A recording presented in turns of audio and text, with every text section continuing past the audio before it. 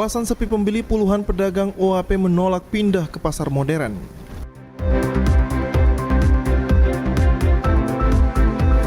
Penemuan anggrek baru subspesies Dendrobium lancelabium wuryae dari Pulau Waigeo.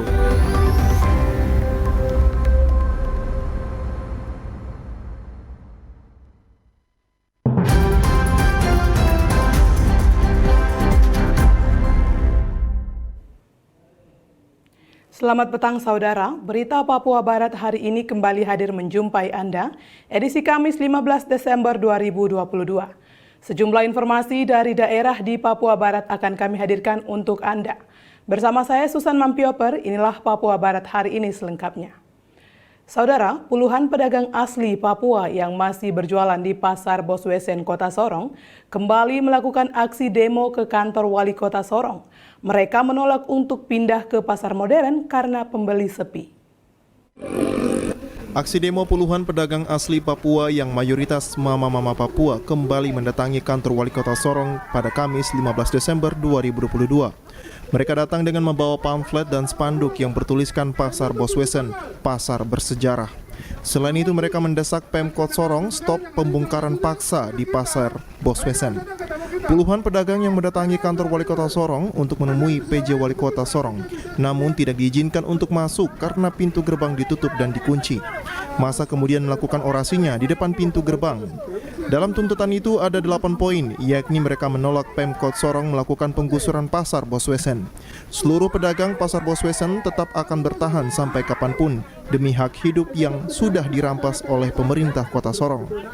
Koordinator aksi Selviana Rumatobi berharap aksi demo ini dilakukan agar pemerintah Kota Sorong merespon tuntutan mereka. Ia berharap kepada Pemkot Sorong untuk tidak membongkar Pasar Boswesen. Alasan mereka karena pendapatan para pedagang dari pagi hingga malam bisa mencapai 300.000.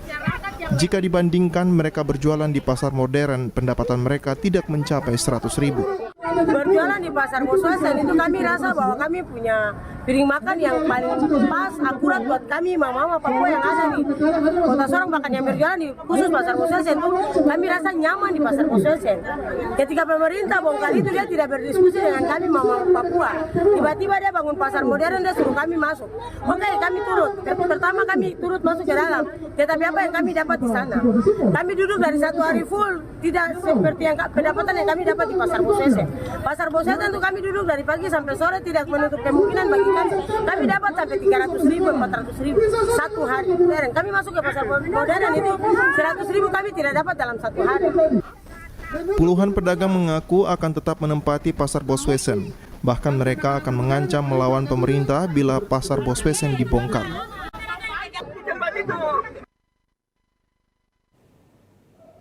Saudara, tim ekspedisi Brida Papua Barat berhasil menemukan jenis anggrek baru subspesies Dendrobium lancelabium orchidaceae dari Pulau Waigeo, Provinsi Papua Barat Daya, dan diberi nama Dendrobium lancelabium wuryae. Jenis anggrek baru subspesies Dendrobium lancelabium JJSM subspesies wuryae ini dipimpin langsung oleh staf Badan Riset dan Inovasi Daerah Provinsi Papua Barat yang bekerja sama dengan Flora Fauna Internasional Indonesia Program, Balai Besar Konservasi Sumber Daya Alam Papua Barat, Fakultas Kehutanan Universitas Papua Manokwari, dan Royal Botanic Garden Kew. Dan hasil publikasi telah diterbitkan di Orchident Journal tahun 2022. Untuk penemuan baru Dendrobium lancelabium JJSM subspesies wuryae ditemukan di Pulau Waigeo, Kepulauan Raja Ampat, tepatnya di Gunung Nok. Ersom Batorinding saat jumpa pers mengatakan temuan anggrek baru ini akan menambah koleksi anggrek yang ditemukan di tanah Papua dengan nama Dendrobium lancelabium wuryae. Merupakan nama yang diambil dari nama istri Wakil Presiden Republik Indonesia Haja Wuri Estu Handayani Ma'ruf Amin. Kegiatan riset ini dan juga salah satu penulis di dalam publikasi yang sudah diterbitkan di jurnal Orchident tahun 2022 ini baru. Jadi ini baru rilis, makanya kita mengundang teman-teman media untuk segera untuk mungkin mempublish berita ini karena ini berita baru dan ini temuan baru yang saya pikir ini luar biasa dan spektakuler untuk menambah koleksi keanekaragaman hayati di tanah Papua, khususnya dari jenis anggrek. Jadi itu mungkin gambarannya secara umum, dan mungkin yang lebih luar biasa di sini bahwa temuan anggrek ini sebagai satu penghargaan, tim memberikan nama Ibu Haja Uri. Ini Uri Handayani, ini istri dari Wakil Presiden Republik Indonesia Kiai Haji Muhammad Amin Ma'ruf. Jadi ini satu penghargaan yang luar biasa karena tim merasa bahwa ibu ini intens di dalam konservasi, kemudian pengembangbiakan, bahkan juga pelestarian tanaman anggrek di Indonesia. Jimmy Frans Wanma, peneliti yang juga sebagai dosen dari Universitas Papua, mengatakan ekspedisi ini dilaksanakan sejak tahun 2020. Dari hasil perjalanan banyak ditemukan anggrek sebagai koleksi. Dan salah satu hasil yang ditemukan yaitu anggrek Dendrobium lancillabum wuriae. Setelah diteliti, maka hasilnya ini adalah anggrek jenis baru. Barang yang anggrek-anggrek yang sebelumnya dikira sudah hilang ternyata masih tersimpan di sana. Karena penemuan anggrek biru itu, kalau teman-teman mau lihat lebih jelas, ada di majalah Kasuari Inovasi, nanti bisa cek di situ. Itu kita bahas khusus tentang penemuan kembali anggrek tadi yang dikira hilang selama ratusan tahun itu. Nah, karena ditemukan di situ, teman-teman merancang perjalanan kembali ke sana. Mereka berpikir pasti kita akan menemukan yang lain lagi setelah penemuan yang itu. Anggrek yang lancillabum itu dia punya perbedaan ada dengan anggrek yang wuriae ini. Jadi akhirnya kami menarik kesimpulan ternyata ini jenis baru dan dia berbeda. Setelah mendapat jenis anggrek baru di Gunung Nok, Pulau Waigeo, wilayah Kepulauan Raja Ampat, selanjutnya akan dilakukan ekspedisi kembali ke Gunung Nok dan juga ekspedisi lainnya ke wilayah Tambrau hingga ke Manokwari, serta ekspedisi khusus untuk Pegunungan Arfak. Jimmy Tabiso, TVRI Papua Barat melaporkan. Panitia kecil dalam rangka penjemputan kedatangan penjabat gubernur dan sekretaris daerah Papua Barat Daya menyiapkan anggaran sebesar 1,8 miliar rupiah untuk penyambutan dan pesta rakyat yang rencananya akan digelar pada Jumat 16 Desember 2022. Panitia kecil untuk penjemputan dan pesta rakyat dalam menyambut kedatangan penjabat gubernur dan sekretaris daerah Provinsi Papua Barat Daya menggelar rapat perdana di ruang anggrek lantai 2 kantor Wali Kota Sorong pada Rabu 14 Desember 2022. Rapat ini dipimpin penjabat Wali Kota Sorong George Yarangga, dihadiri penjabat Bupati Sorong Yanpit Umoso, Bupati Raja Ampat Faris Umlati, Bupati Sorong Selatan Samsudin Anggiluli, dan perwakilan dari Pemda Maibrat, Pemda Tambrau, serta Presidium Pemekaran Papua Barat Daya. Dalam rapat tersebut, penjabat Wali Kota Sorong ditunjuk sebagai Ketua Tim Penyambutan dan Pesta Rakyat, Bupati Sorong Selatan ditunjuk sebagai Wakil Ketua, penjabat Bupati Sorong sebagai Sekretaris, dan Bupati Raja Ampat sebagai Bendahara. Dalam rapat ini disepakati masing-masing Pemda wajib memberikan sumbangan sebesar 300 juta rupiah untuk acara penyambutan penjabat gubernur dan sekda Papua Barat Daya, sekaligus pesta rakyat untuk merayakan berdirinya Provinsi Papua Barat Daya, sehingga akan diperoleh dana sebesar 1,8 miliar rupiah untuk mensukseskan acara tersebut.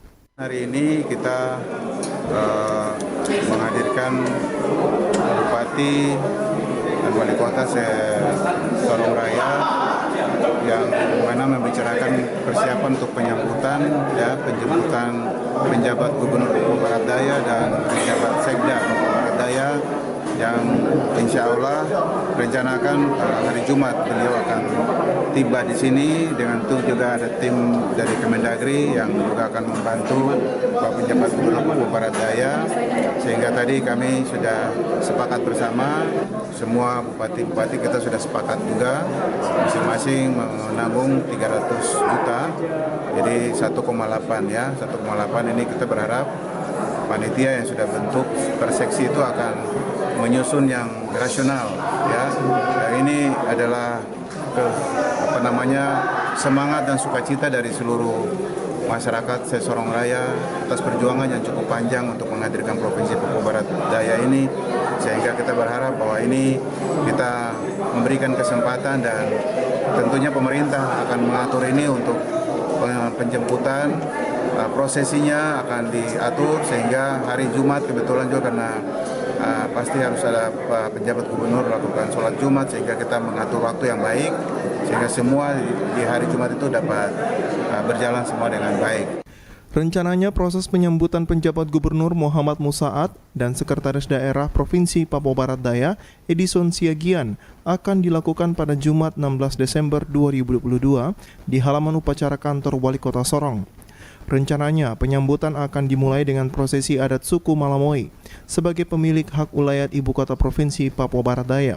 Dilanjutkan dengan prosesi adat dari Kabupaten Sorong, Kabupaten Sorong Selatan, Kabupaten Maibrat, Kabupaten Tambrau, dan Kabupaten Raja Ampat.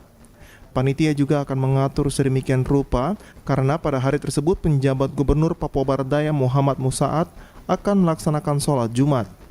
Dari Sorong, Mikael Jasman, TVRI Papua Barat melaporkan. Kita beralih ke informasi lain, Saudara. Bupati Teluk Wondama Hendrik Mambor bersama dengan Wakil Bupati Andarias Kaikatoi Rabu 14 Desember 2022 melakukan kunjungan kerja ke Kampung Wombu, Distrik Naikere.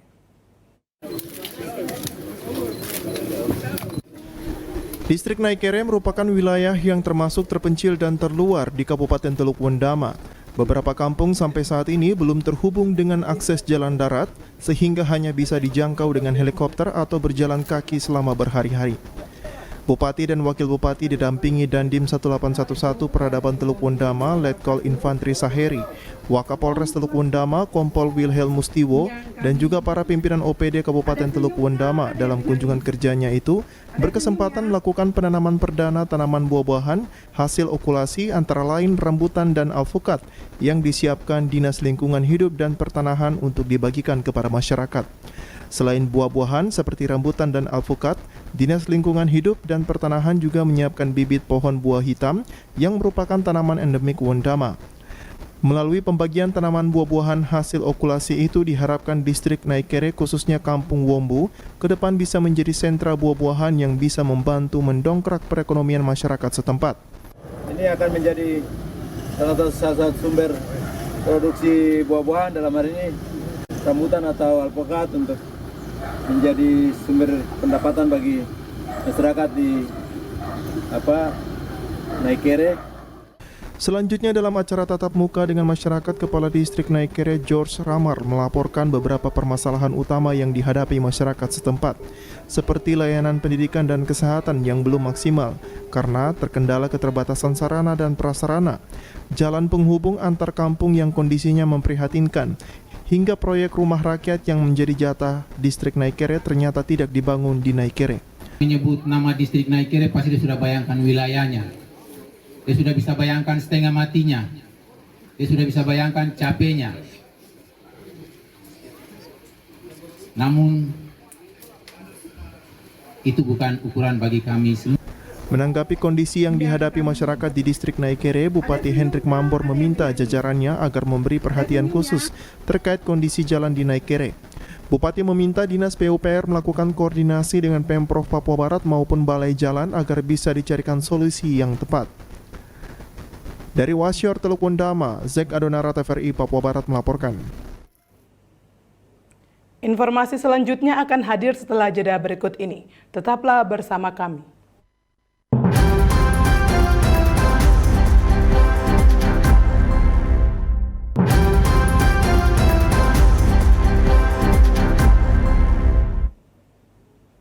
Terima kasih Anda masih bersama kami. Uji publik dalam rangka rancangan penataan daerah pemilihan dan alokasi kursi DPRD Kabupaten Fakfak dalam pemilu 2024, mayoritas peserta yang hadir menghendaki 4 dapil di Kabupaten Fakfak. Uji publik dalam rangka rancangan penataan daerah pemilihan dan alokasi kursi DPRD Kabupaten Fakfak dalam pemilu 2024, mayoritas peserta yang hadir menghendaki 4 dapil di Fakfak yang merupakan rancangan kedua KPU Fakfak. Sebagaimana salah satu peserta uji publik, Haji Muhammadon Daeng Hussein mengatakan, mewakili aspirasi seluruh peserta uji publik, kami menghendaki dan memilih rancangan kedua, yaitu Kabupaten Fakfak harus ada 4 dapil, agar ada pemerataan dan keterwakilan perolehan kursi di DPR. Baik, terima kasih. Kegiatan hari ini merupakan tahapan pemilihan umum, makanya kita seluruh komponen diundang dalam rangka uji publik penetapan daerah pemilihan. Nah, untuk penetapan daerah pemilihan, saya kira ini juga hal yang sangat penting dan perlu memperhatikan masukan aspirasi dari masyarakat, sehingga apa yang dilakukan oleh KPU kemudian ditanggapi, disetujui oleh masyarakat. Inilah yang nanti menjadi acuan bagi KPU dalam pelaksanaan pemilu di Kabupaten Fakfak, khususnya pemilihan Dewan Perwakilan Daerah Kabupaten Fakfak tahun 2024. Kabid Divisi Teknis Penyelenggaraan Pemilu Hasanuddin Retop juga kepada TVRI mengatakan, seluruh aspirasi dari peserta uji publik hari ini akan kami bawa ke pusat melalui KPU Provinsi Papua Barat. Berkaitan dengan kegiatan uji publik ini kami laksanakan 2 kali, yaitu yang pertama tanggal 12, yaitu kami melibatkan partai politik dan Muspida juga, terus dengan rekan-rekan media massa. Dan hari ini tanggal 13 kami melibatkan tokoh adat, tokoh masyarakat, OKP pemerintah juga, dan rekan-rekan media. Tentunya rujukan kami adalah PKPU 3 tentang jadwal tahapan, terus PKPU 6 tentang penataan daerah pemilihan alokasi kursi.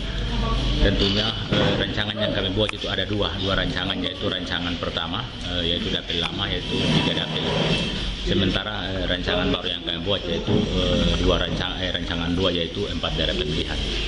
Pelaksanaan uji publik dalam rangka rancangan penataan daerah pemilihan dan alokasi kursi DPRD Kabupaten Fakfak dalam pemilu 2024 dihadiri oleh panel KPU Kabupaten Fakfak yang terdiri dari Ketua KPU, Kabid Data, Kabid Teknis Penyelenggaraan Pemilu, Kabid SDM, Sekretaris KPU dan Komisioner Panwaslu, Wakil Bupati Fakfak, Kajari Fakfak yang diwakili 2 orang kasih, serta Kepala Kesbangpol.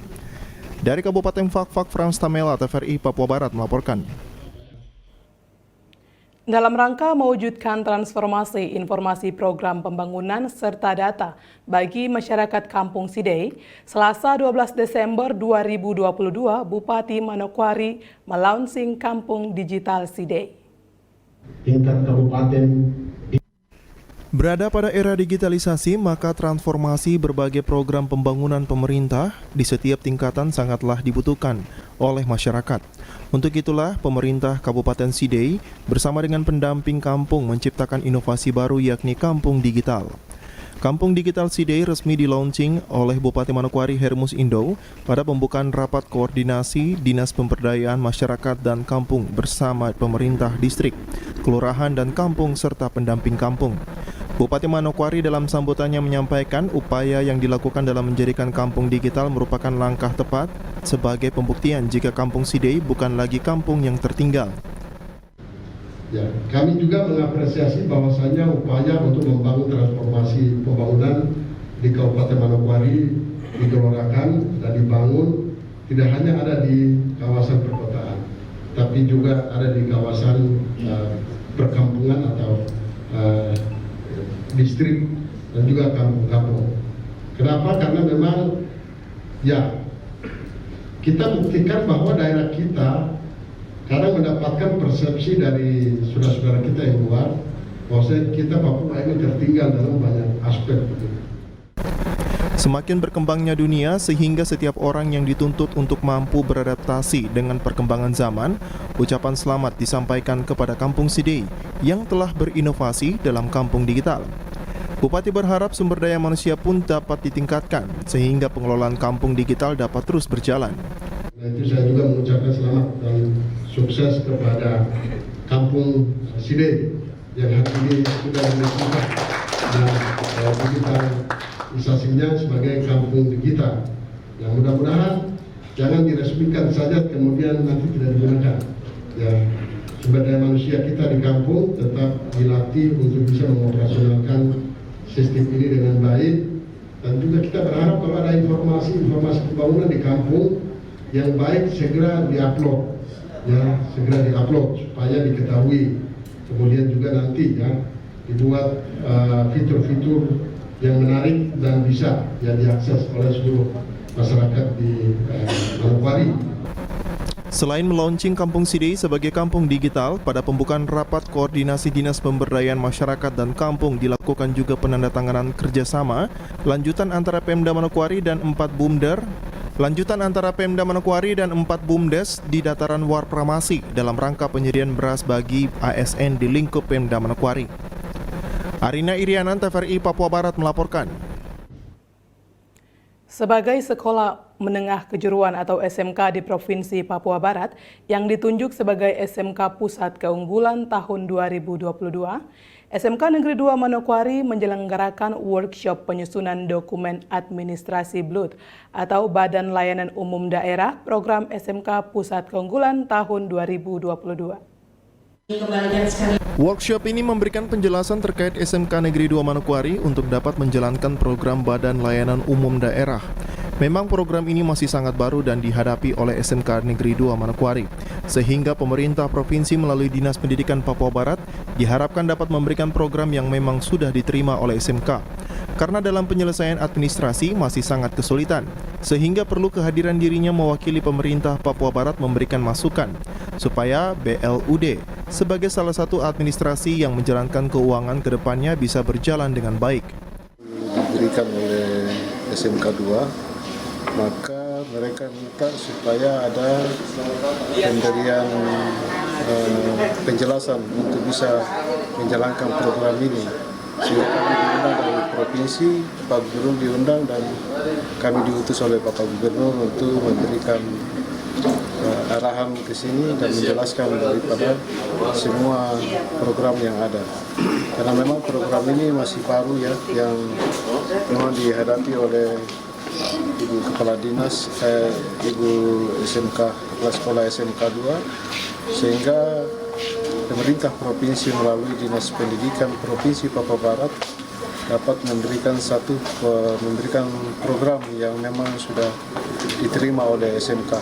Kepala Bidang SMK Dinas Pendidikan Provinsi Papua Barat Arius Mofu mengatakan SMK Negeri 2 Manokwari dan SMK Negeri 3 merupakan SMK di Papua Barat yang menjadi target SMK BLUD, di mana SMK Negeri 2 lebih mengedepankan otomotif, sedangkan SMK Negeri 3 Manokwari yaitu perhotelan dan tata boga.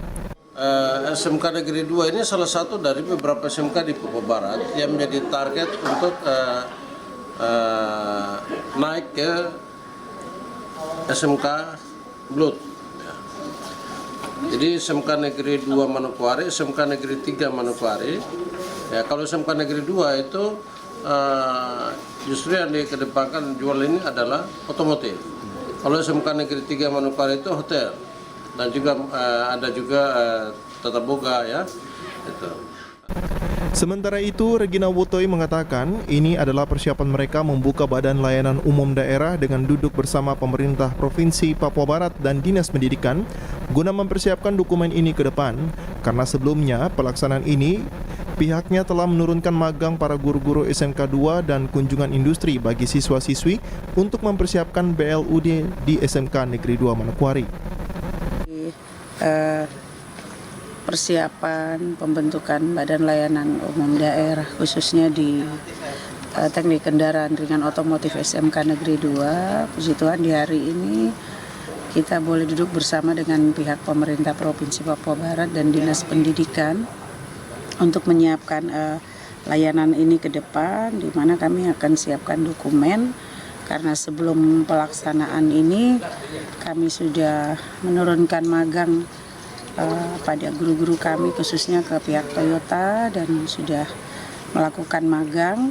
Kemudian siswa kami sudah melakukan kunjungan industri, bahkan melakukan prakerin beberapa kali untuk tahun ini.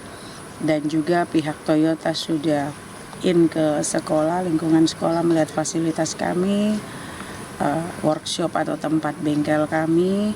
Bahkan mereka juga sudah menyerahkan beberapa suku cadang, peralatan untuk mendukung kegiatan ini. Sehingga walaupun baru 10-20% persiapan kami di sekolah, tapi kami sangat optimis kegiatan ini bisa kami jajaki bersama dan bisa.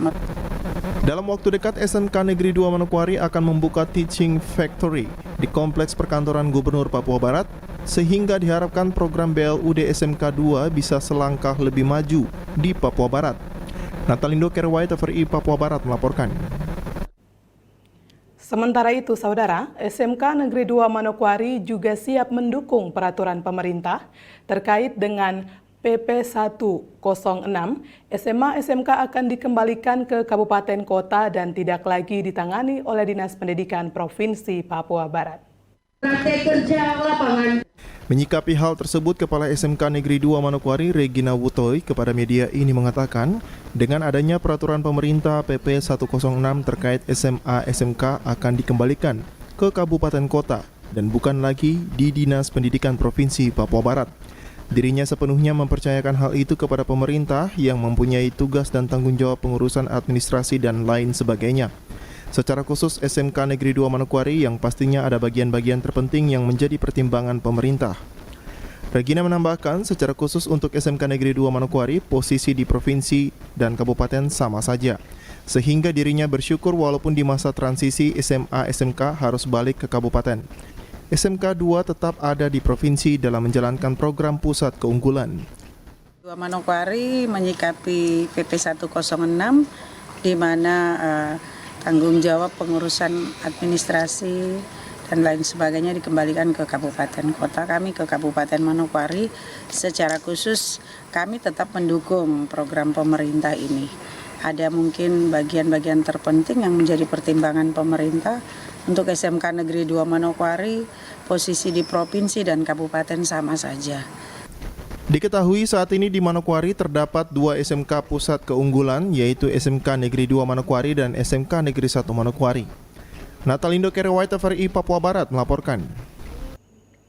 Di tengah situasi ekonomi saat ini sekaligus sebagai bentuk kepedulian, Kepolisian Resor Toli-Toli telah menyiapkan sebanyak 5 ton beras kemasan yang nantinya akan diberikan kepada para kaum Daufa yang tersebar di seluruh wilayah Kabupaten Toli-Toli.